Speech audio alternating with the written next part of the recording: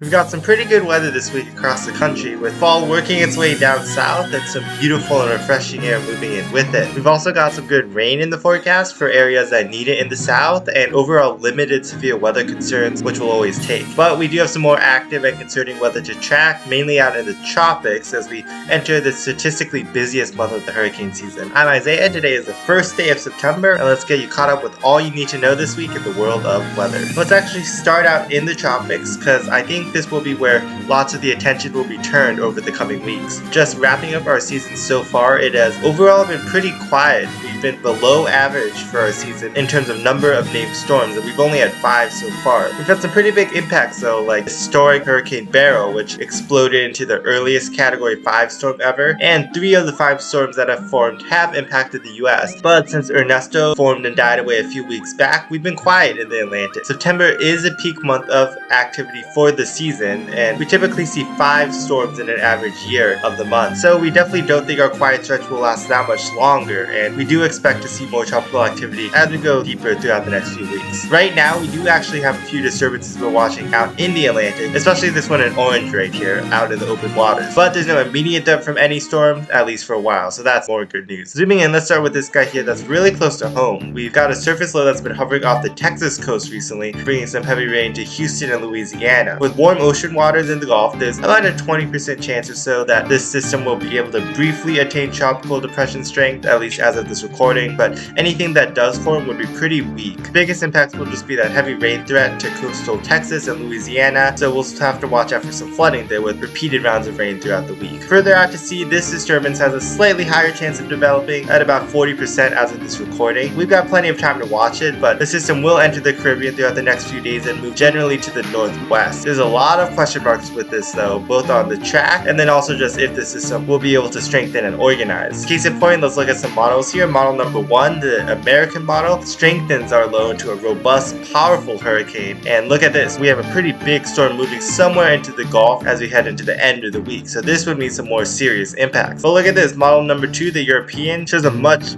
less impressive system. We just see this tiny low struggling to strengthen into anything at all, and shows a much different, more westward track as well, bringing our storm towards Central America instead of the Gulf. So bottom line is we really don't know what will happen yet, but we should watch this just in case something closer to model 1 verifies and the storm can't get its act together. Even if the storm doesn't develop though, again, we're entering traditional peak hurricane season, so statistically speaking, at some point in September, we'll see some of these tropical waves get going, strengthening, and we could have some landfall impact. Don't be lulled by this slower period of activity out in the ocean yet. We still have plenty of hurricane season left. We should still be keeping our eyes to the seas for at least the next 2 months. But again, the immediate future, we don't have anything big looming. Alright, so back on land, let's track how the weather in the US will be changing, and we've got some cooler air moving through the north that will be filtering south. Honestly, the weather's been wonderful with lots of sunshine and some drier, crisper air around. That low humidity and highs in the 70s in the north is pretty hard to beat. To track how our weather will look and be changing this week, I want to take a look at this map, which shows the precipitable water in the atmosphere. Basically, this map shows the moisture in the atmosphere and can give a good indication of where our energy-rich air is for storms to tap into. So notice all these brown colors. This is dry and stable air to the north that's been around this weekend and will continue for the next few days, and this is bringing beautiful weather with dry stretch of refreshing air and again plenty of sunshine. On the flip side though, look down south, we have the opposite with all these brighter blues and greens. This is all the moisture being pushed and pulled to especially help from the Gulf of Mexico. So keep this in mind, because when I show the precipitation map in a second, we'll see how all this translates to rain and a pretty soggy stretch of weather. Going forward a bit, watch how things change towards the middle of the week. The air to the north modifies a bit, so we see this northward surge of the moisture, and this brings back some of our energy and rain chances. By Wednesday and Thursday, we'll likely be looking at our next rainmaker across the north and possible severe weather threat with that, especially from the Midwest up to the East Coast. By midweek, things will feel a little less refreshing, a little more humid, uncomfortable, and that's when we can see the scattered rain chances. But then look at this past midweek as we go to the end of week and towards next weekend, we get a stronger push of drier air. This is some Canadian air coming in with a nice fall front that will cool things off even more than now and definitely get the change of seasons coming. So all these deeper brown colors, this is a push of cooler, drier air, and it could trickle its way pretty far south to take the edge off the humidity and the heat. So key takeaway is that we're cooler and drier now. We'll see a brief return of energy and moisture with rain chances midweek, but then the stronger push of cooler and drier air will clear things out, bring stable conditions back again by next weekend, and make for a beautiful, if not a bit chillier weather outside. Here's how this translates to our rain chances. And notice how quiet we are to start this week. There's a big stretch of dry weather across the north with all the rain staying down south. This is really where all the action is, down south from Texas to Florida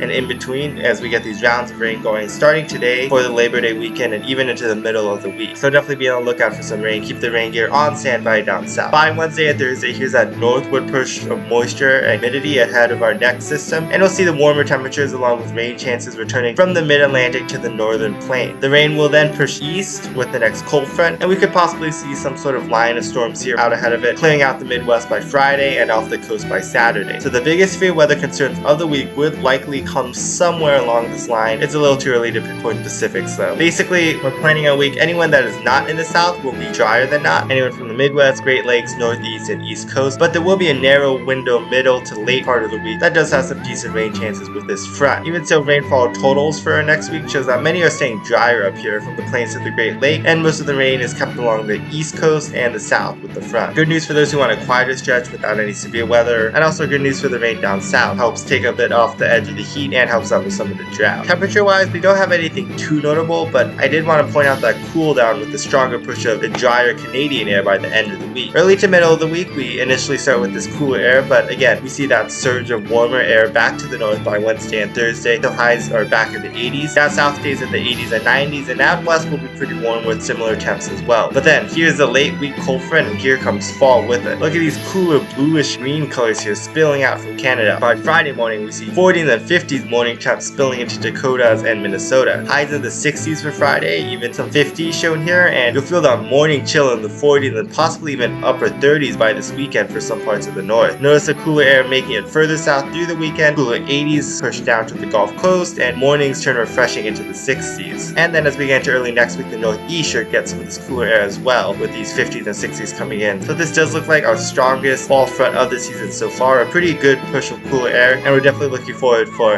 a more fall vibe and less summer-like by the end of the week. And that's all we've got in the world of weather, and again, it's looking pretty good across the country for us. We'll watch how some of that energy builds for the middle of the week. That'll be our biggest rain chances to the north, but right now for severe weather, I don't see anything too significant. Most likely we'll get some damaging winds, maybe some large hail, possible along some sort of line of storms if that does form. So stay tuned to the Weather Service and the Storm Prediction Center for any updates on that to come, but right now it's not anything too alarming. Otherwise, I'm looking forward to some of that cooler air coming in by next weekend, and I think it'll be pretty exciting to get some of those chillier mornings out ahead. And finally, of course, we'll keep tracking out there in the tropics for action and monitor the potential progress of that Caribbean storm throughout this week and any new activity that might pose a threat as we head deeper into September. So thanks for watching. I hope you all have a great week, and we'll see you next time for the latest in the world of weather.